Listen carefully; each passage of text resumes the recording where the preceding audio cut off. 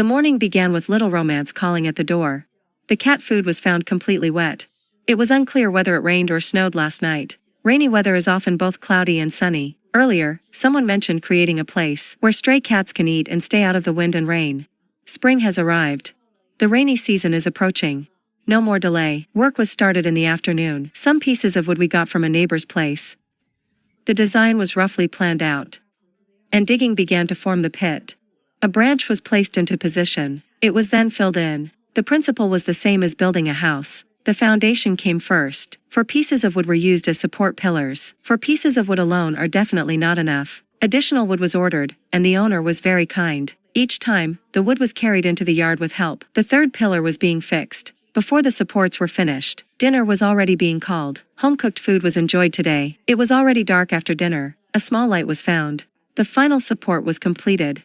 It became too dark after the final support was completed. The lights could no longer be seen. It was planned to continue again tomorrow. The wooden strips ordered yesterday were removed on both sides of the wood, making an elevated feeding platform for the cats. The sticks were placed below, from bottom to top. This way proved to be more accurate. A height of 1 meter was set. People mentioned that the cutting machine used before was dangerous. A new one was obtained. A lot of trouble was saved this way. Now the bottom frame was fixed. It was fixed with screws. The material was not very thick. Long screws were used. The width of the sides was measured again. After the measurement, they were fixed one by one with screws. The width of the measuring table. A cutter was used to adjust it to the desired size. The adjusted wooden strips were laid out on the tabletop one by one. All the comments and suggestions shared earlier were read. It was said that screwing was too difficult. It was suggested that a nail gun be bought instead. The bottom was framed. Now it's time to head out and buy some boards for the roof. Right here, the shop owner helped cut the boards to the required size. The bottoms of the 4 supports weren't very even, so a saw was used to level them slightly. It had to be said that the process was quite laborious. Through continuous effort, the 4 top wooden pieces were finally leveled. The boards that were cut earlier are being installed. They were simply laid out one by one. They were then reinforced with gun nails. A large number of gun nails were used on each board to keep the kittens from walking on it. Now it's time to build the roof beams. The beam supports were secured into the wood. Extended screws were used. This way, greater stability was achieved. The top beams are installed, positioned correctly and fixed with screws. With short arms, it almost couldn't reach inside. While the work went on, it started to get dark. The beams were still unfinished as night fell, before darkness fully set in. So the middle beam was secured first. Only this much could be done today. Look, the moon had just come out. It was very dark. Good morning. It was an early trip to the building materials market. Materials were selected to cover the roof and block rain. The material used for kitchen ceilings was selected in the end. The partition boards were cut to size as well. After a quick check, it was almost a perfect fit. This time, a sloped roof shelter was designed. The size of the top needed to be measured first. Then the supports were installed. The shelter isn't very large, so 5 supports were designed. That makes 10 supports in total on both sides. The distance was measured. Then everything was fixed with gun nails. Unable to reach the middle. The work was carried on from the feeding area. It had to be said that the quality was quite good. With a body weight of around 50 kilograms, the platform remained very stable. The beams on the side are now in place. Moving to install the beams on the other side, the platform felt stable enough. It was stepped on a couple of times. It was time to pick up the delivery. It was this large. Okay, thank you.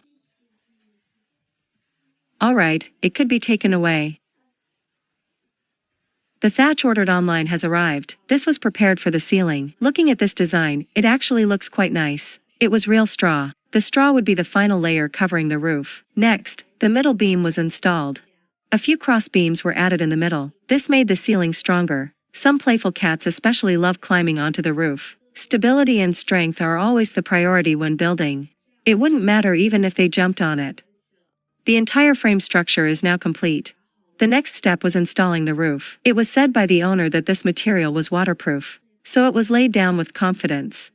Later, it was fixed in place with gun nails. After assembly, there were still some gaps in the middle. A rainproof tarp was added on top. The shelter is for their meals, and to keep them out of the rain.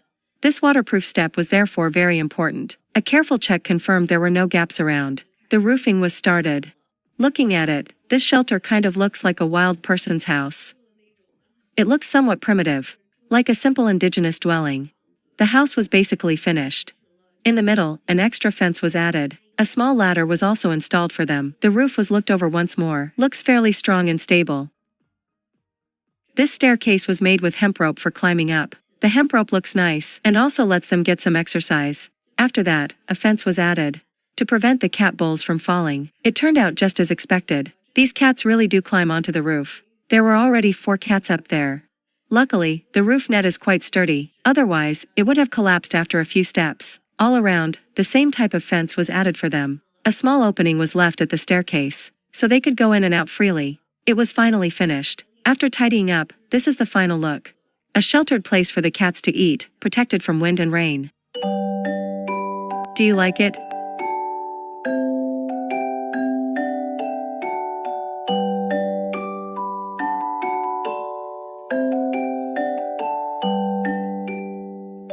Who's not here yet? This was made a few days ago for the stray cats in the yard. After seeing everyone's comments, it was noticed that the setup had many flaws. Today, a little makeover is happening. The foundation problem was dealt with first. Many people said this pillar wasn't very stable. The gaps around the pillar were all filled in. The stones and concrete were crushed and packed into the foundation. It slightly increases the foundation's stability. Next, the empty space on the roof was addressed. The issue of incomplete rain coverage. 2 moisture-proof boards were placed on the loft's beams. The boards were secured so the cats could rest on them. 2 bundles of straw had been left on the roof before. They were placed at the back of the rooftop cat nest. It protects from wind and rain at the back while still being breathable. Next, a staircase was made. A plank was found. Several wooden slats were cut to make a simple staircase. The ladder was placed at the second floor dining area. It leads directly up to the rooftop cat house. A clear plastic sheet was found. It was cut to make a rain cover for the front of the rooftop house. Being transparent, the inside can be seen at any time. Next, in the dining area, planning to make an open-style cat lounge. Some materials were still left from the previous purchase. After calculating, there was still plenty left. The frame was built around the pillar, and the beams were secured in place. The third floor frame was basically completed like this. It was secured with gun nails. A rug from home was found and laid down. The size felt just right. And finally, a small decoration was added. After a full day of work, it's finally finished. Everyone asked for some decoration, so a star-shaped light was added. Next to it is where they drink water.